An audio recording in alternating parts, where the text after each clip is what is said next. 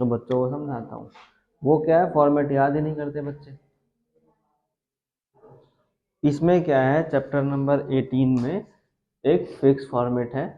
ठीक है, फॉर्मेट में क्या है, जितने भी आइटम है डायरेक्ट एक्सपेंसेस को यहाँ, इनडायरेक्ट एक्सपेंसेस को यहाँ आइडेंटिफाई करके डालना है। इधर इनडायरेक्ट इनकम, इधर डायरेक्ट इनकम।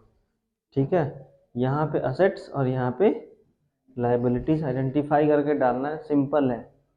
एडजस्टमेंट तो अगले चैप्टर में आएगा, तो ये डिक्टेशन करने वाली कोई बात ही नहीं है। बीच से मेरे मेरे अकाउंट्स में क्या है ना, बीच से कुछ भी समझ नहीं आएगा।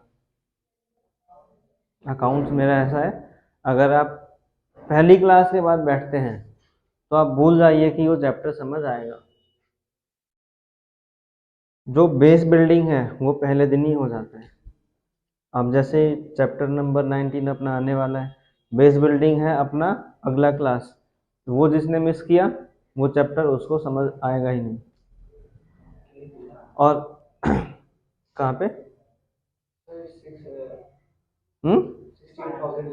12,000। अच्छा, तो सिंपल यही है सूरज, अगर पहला क्लास छूट गया तो फिर आता समझ। और यहाँ के बच्चे तो रिवीजन भी नहीं करते।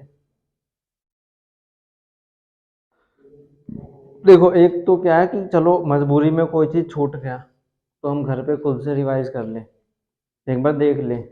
लेकिन यहाँ के बच्चों को अगर आप बोल के ही भेजोगे कि बच्चे ये जो मैंने क्वेश्चन करवाया दोबारा लिख के भी आना बिना दिमाग लगाए, वो फिर भी नहीं करते। कुछ नहीं हो सकता।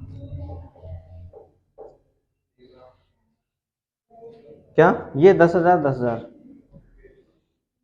जीरो काउंट करो ना, चश्मा लगा हुआ है, लग गया, समझ लो लग गया।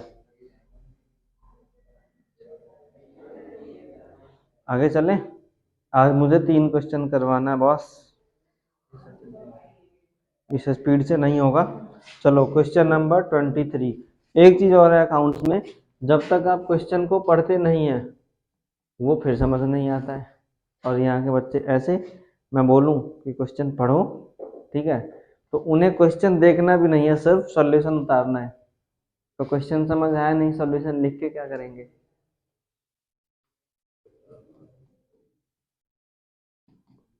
Trading and profit and loss account, ये सर जो मैं लिख रहा हूँ ना इंद्रजीत सर, ये जो मैं लिख रहा हूँ ना, ये एक फिक्स फॉर्मेट है, अकाउंट्स का ट्रेडिशन है कि ये ऐसे ही लिखना है। बस, सब कुछ ट्रेडिशन है यहाँ पे, जो हमारे बड़े बुजुर्गों ने किया था वही हमें करना है, कुछ भी नया अकाउंट्स में करना ही नहीं। अकाउंट्स में चेंजेस सिर्फ आते हैं accounting standards, end S, IFRS, ये सब है, जो कि 12th और बीकॉम लेवल तक तो यूज ही नहीं होता। नेक्स्ट क्या है,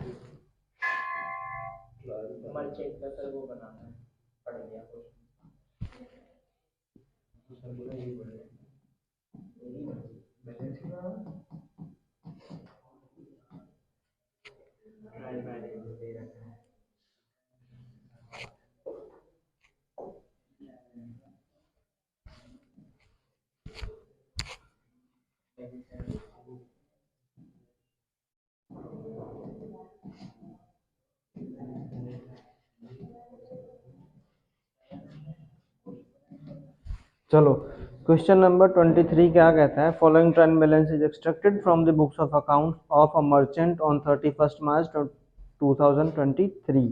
तो देखो डेबिट बैलेंस दे रखा है और क्रेडिट बैलेंस दे रखा है, हमें क्या करना है, चीज़ों को आइडेंटिफाई करके उसको उसके प्लेस पे डाल देना है। फर्नीचर क्या होगा, असेट में,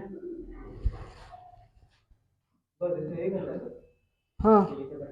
मोटर व्हीकल, कुछ कर रहा हूँ इसमें, जो मैंने पहले दिन बोला था ना कि ये फॉर्मेट है असेट और लाइबिलिटी को याद करने के लिए, वो अब काम आ रहा है। ठीक है, फिर क्या है, असेट है, डाल दो, कितना 75900। बैड डेब्ट्स क्या होता है? इनडायरेक्ट एक्सपेंस, हाँ है ना। तो यहाँ पे क्या डालोगे, टू बैड डेब्ट्स कितना 1250। फिर क्या है, सन्ड्री डेटर,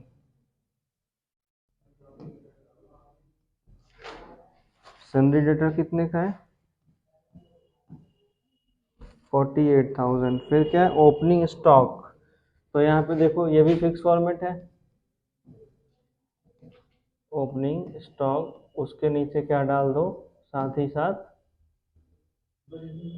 परचेज माइनस, ये कल की क्लास में बोला था, नया तो कुछ है ही नहीं, बाय सेल्स माइनस रिटर्न। और यहाँ पे क्या लिखोगे, बाय क्लोजिंग स्टॉक। ठीक है, तो देखो ओपनिंग स्टॉक कितना है 34,600।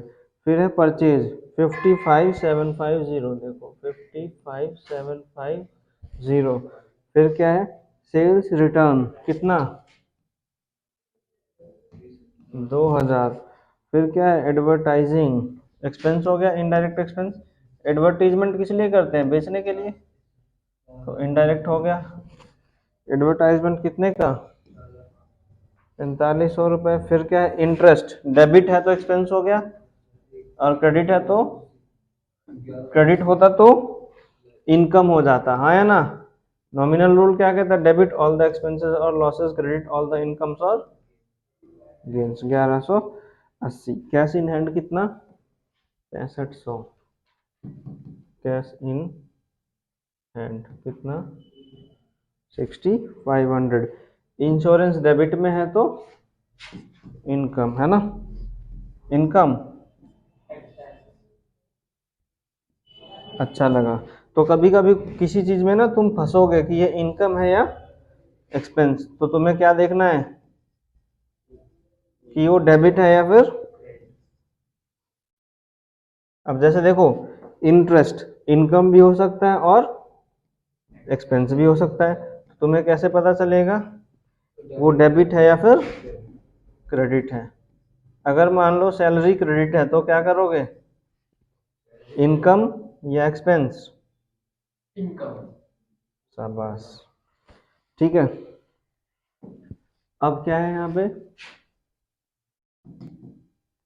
कैपिटल कितना 128,900, ठीक है। लेस क्या कर दोगे, ड्राइंग्स प्लस क्या कर दोगे, नेट प्रॉफिट। लॉस हुआ तो क्या कर दोगे, माइनस, है ना। अच्छा, क्रेडिटर कितने का है,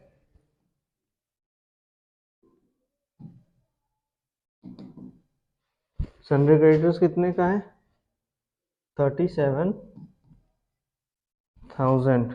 फिर क्या है, सेल्स, सेल्स कहाँ पे जाएगा 154,500, ठीक है। फिर क्या है, बैंक ओवरड्राफ्ट। देखो जो जहाँ का आइटम है मैं वहाँ डाल रहा हूँ और अपने आप क्वेश्चन सॉल्व होता जा रहा है, ठीक है। इस चैप्टर की खास बात यह है कि इसमें दिमाग लगाना ही नहीं है। परचेज रिटर्न 1250 माइनस कर लो, ठीक है। फिर क्या है, कमीशन। अब देखो कमीशन इनकम है एक्सपेंस है, शाबाश। कमीशन कितना 1750। अच्छा जरा देखो, स्टॉक इन हैंड कितना दे रखा है 31 मार्च को 32,500, ठीक है। यहाँ पे डाल दो क्या, क्लोजिंग स्टॉक कितना, देखो तुम्हारी बैलेंस शीट तो मैच हो गई, असेट साइड को टोटल करके देखोगे तो तुम्हारा बैलेंस शीट मैच हो चुका है। बाकी चीजों के लिए ध्यान बनाए रखें। तो देखो जी 55,750 माइनस 1250 कितना 54 500, ठीक है, 154500 माइनस 2000, 152,500 प्लस 32,500 कितना है? 1,85,000। और ये कितना है? हाँ, क्या? नहीं नहीं, खुद को इवेलुएट करने का है ये। -54,500 माइनस 34,600। जब मैं बताऊंगा तब उस पे जाना, अभी यहाँ ध्यान दे लो। ये क्या करना होता, तुम दोनों आपस में बात करने बैठे हो क्या? हम्म,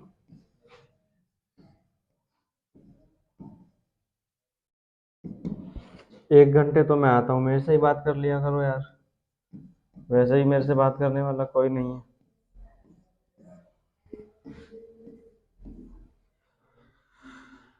1750, ये कितना है? 97650, 97650। इसमें से माइनस करो कितना? 1250 minus 4500 minus 1180 minus 12,500 minus 7820 minus 33,000, 37,400, ठीक है। To net profit carried down कितना? 37,400। यहाँ पे ऐड कर दो 37,400 प्लस में 128,900, ये कितना है? 166,300 प्लस करो 37,000 प्लस 28,500, 2,31,500।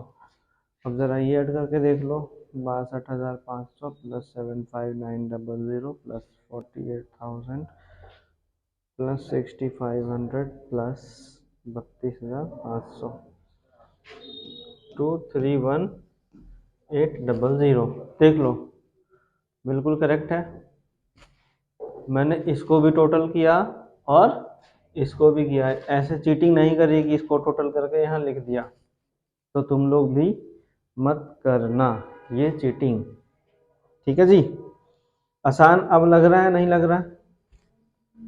अब तो पता चल गया कि सिर्फ प्लेसमेंट है, चीज़ों को उठाओ और उसके घर में डाल दो। कभी किचन में गए कुछ खाना बनाने, तो जो चीज़ जहाँ का है वहाँ रख दो, क्या बन गया? Balance sheet, financial statement ready है, चम्मच उठाओ और खाओ, है ना। नोट करो जी।